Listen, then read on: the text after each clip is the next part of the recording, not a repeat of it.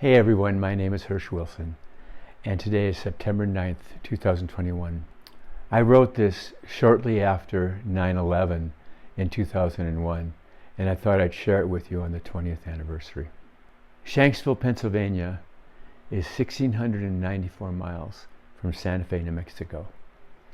It was the Shanksville Volunteer Fire Department, 40 members, maybe 60 calls a year, that first responded to the crash of United Airlines Flight 93 that morning. All they found was a hole in the ground, fire, debris from the airplane, and body parts. The World Trade Center in Manhattan is 1,984 miles from Santa Fe. That morning, 343 firefighters from the New York Fire Department climbed the stairs to rescue people. And when the tower collapsed, they were all killed. On our department, Hondo Volunteer Fire Department in Santa Fe County, we have firefighters who have asthma and arthritis. We have firefighters who struggle with anxiety and claustrophobia. Some have financial problems, some are going through bad marriage. One has PTSD from Iraq. We have old guys, some guys even older than me, who have stiff hands and struggle to get into bunker gear at night. In other words, we're just like everybody else, fallible human beings. The 343 were mostly in their 30s and 40s. Some were in their 20s, and quite a few in their 50s and 60s. In other words, they were our age. They didn't wake up that morning as Odysseus or Achilles. They were just like us, surely with some of the same afflictions, but they were bound by common cause. That morning, life asked them a terrifying question. Are you useful? And 340 individuals, just like us, just like you, trained to help, said yes. A while after 9/11, a young firefighter asked me, is courage something you're born with, or is it something you learn? Without thinking, I said, it's something you learn. And maybe that was my way to address the doubts I had inside me, whether I had learned enough to be as brave as the 343. And I reminded him that courage isn't the absence of fear. Courage is the ability to climb up those steps at the same time you're praying that you won't die. Most firefighters and first responders don't think of themselves as heroic. Maybe in the beginning of a career, they're enamored with the idea of heroism, but they're not planning a heroic death. Most often, it's just all of a sudden. Out of the blue, life asks, are you ready? And you have to make a choice. On the fire department, there might be a familiar hand on your shoulder, or you, by impulse, might put your hand on the shoulder of the person in front of you. And you say to yourselves, there's work to be done, there are lives to be saved, and you move up those stairs. In that moment, maybe terrified, you think to yourself, I couldn't live with myself if I let down my brothers and sisters in a time of need.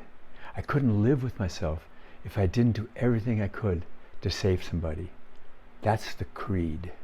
The odd thing is, sometimes you don't even know it's taken root in you until the moment asks. And what 9/11 taught us at a cultural level, just like COVID now, but also every day in our personal lives, it's not up to us what life asks.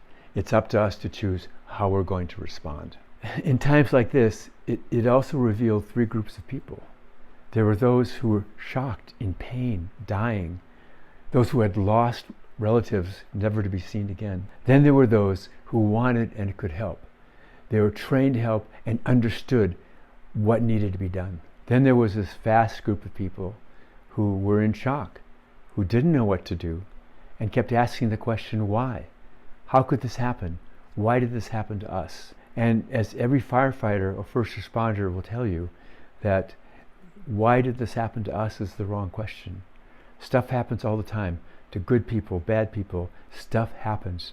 That's the law of the universe. But if why did this happen is the wrong question in the face of a 9/11 or in the smaller personal tragedies that happen every day, then what is the right question? Viktor Frankl, the psychoanalyst and author of Man's Search for Meaning, wrote about his experiences as a prisoner at Auschwitz. He wrote that we must stop asking ourselves, what is the meaning of life?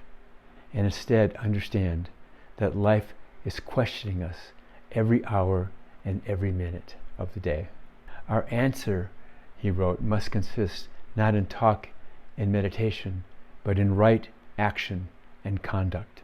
As firefighters, none of us are perfect at this. We try to stay calm. We focus on our breathing. We walk. We jam our hands in our pockets and remember our training. Sometimes we act as if we know what we are doing.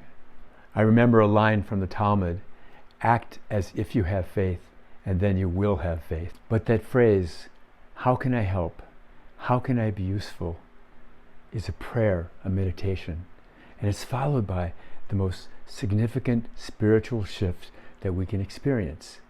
For that moment, for that period of time, we stop obsessing about ourselves and are actually caring and worrying and taking care of someone else. In that moment, we realize that we're here on this planet to help someone else, to take care of them, and to reduce their suffering. Most of us will not face a 9/11. Most of us will not be an ICU nurse or a doc in a COVID ward. But every day, if we watch, if we're open to the experience, there are people suffering, there are people in pain, and there are people that we can help. Two things to finish. First of all, the experience of 9/11 sent out pain, terror, and tragedy in waves that have affected generations. Second, the 343 firefighters are my heroes, and I think about them constantly. I can't imagine, I cannot imagine walking up those stairs knowing what was about to happen. Finally, I think the lesson from 9/11 is that we're here to take care of each other. Every day we can be useful, every day we can help. Sometimes we just need to open our eyes, slow down a bit, and see people in pain and be there to help. So be brave, be kind, and be useful.